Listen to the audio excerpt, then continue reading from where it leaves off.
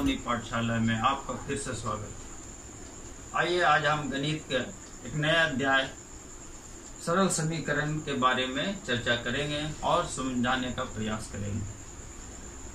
देखिए, आपने जादू बहुत देखा है, गणित में भी एक जादू है जिसको हम लोग इस समीकरण के नाम से आज जानेंगे। जादू क्या है कि जैसे आप अपने मन में कोई संख्या सोच ले और वो संख्या हम बता दें, तो ये जादू ही हुआ कि नहीं हुआ। जैसे देखिए, तीन दोस्त हैं और तीनों पार्क में बैठे हुए हैं, दीपक, जॉन और करीम। करीम अपने दोस्त दीपक को बोलता है कि तुम अपने मन में एक संख्या सोचो और जो संख्या तुम सोच रहे हो उसको 3 से गुना कर दो। तो दीपक क्या करता है, संख्या अपने मन में सोच लेता है, उसको 3 से गुना कर देता है। अब गुणनफल आ गया। फिर करीम कहता है जो संख्या तुम गुना किए 3 से, उसमें 6 जोड़ दो। फिर 6 उसमें जोड़ देता है। अब पूछता है बताओ तुम्हारा जो गुना करके जोड़ने पर जो आया आंसर कितना है। तो दीपक बोलता है कि 45। तो करीम उसको बोलता है कि इसके मतलब तुमने जो संख्या सोची थी वो संख्या कितना है, 13। अब बताइए, दीपक जो संख्या सोचा था उसको करीम बता दिया, इसके मतलब क्या जादू है कि नहीं, ये जादू का खेल कैसे है। इसी प्रकार दीपक जो है जॉन से बोलता है कि तुम एक संख्या सोच लो। तो जॉन भी एक संख्या सोच लेता, बोलता है उसको 4 से गुना कर दो। उसको 4 से गुना कर देता है, गुणनफल निकल गया। बोला जो गुणनफल है उसमें 5 घटा दो, 5 घटा देता है। बोला बताओ तो कितना तुम्हारे पास है। तो बोलता है मेरे पास 79 है, यानी 79। तो बताता है करीम किसने तुमने जो संख्या सोची थी वो है 21। तो बोलता है इन लोग दोनों को ताज्जुब होता है कि हम अपने मन में जो संख्या सोचे थे, ये संख्या करीम कैसे बता दिया। ये जादू, ये समीकरण का ही हिस्सा है। आइए हम इस पर थोड़ा चर्चा करेंगे कि सरल समीकरण अलजेब्रा में क्या होता है। आइए, हमने करीम जिसको हल किया, जिस समीकरण को, उसको जानने का हम प्रयत्न करेंगे। करीम ने कहा कि दीपक से एक संख्या सोच लो।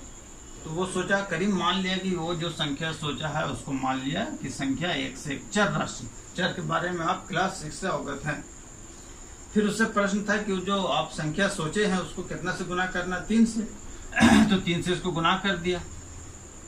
अब बोला कि जो तुम्हारा गुणनफल आया है उस गुणनफल में कितना जोड़ना था, 6। तो बराबर जोड़ दिया 6। अब उससे पूछा गया दीपक से कि बताओ तुम्हारा जो आंसर है वो कितना है। तो दीपक बोला कि आ गया कितना, 45। तब इसको जब हल किया करीम, तो बोला कि तुम्हारा जो मन में सोचा था, यानी वो सोचा था जो x है, उसका मान कितना है, 13। तो इस तरह एक स्टेटमेंट बन गया, एक गणितीय स्टेटमेंट बन गया जिसमें बराबर का साइन का उपयोग हुआ। इस तरह के स्टेटमेंट को जिसमें बराबर के साइन का उपयोग होता हो, इसे हम लोग सिंपल इक्वेशन कहते हैं। हम आज जो बात करेंगे इस पर, देखिए दूसरा जो प्रश्न था ये तो दीपक के साथ था। जॉन के साथ क्या था, उसको भी बोला कि आप एक संख्या सोचिए। तो वो क्या किया कि जो संख्या सोचा उसको दूसरा चर मान लिए, y मान लिए। फिर क्या बोला था कि जो संख्या आप सोचे उसको कितना से गुना कीजिए, 4 से गुना कर दिए।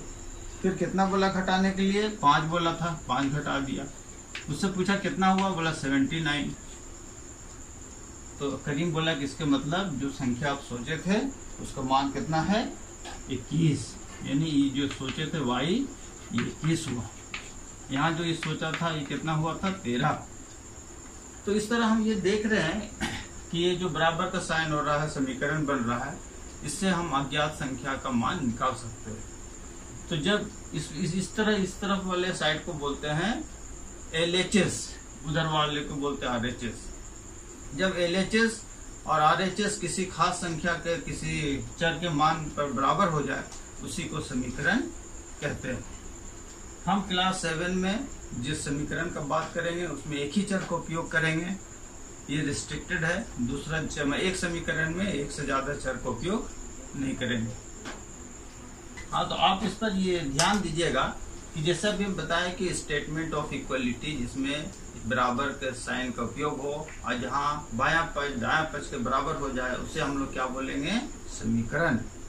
लेकिन आप यहाँ पर एक चीज देखिए, जैसे यहाँ लिखा है 2x - 1 = 0। यहाँ पर बराबर का चिन्ह है, इसको हम लोग बोले हाँ ये एक सरल समीकरण है।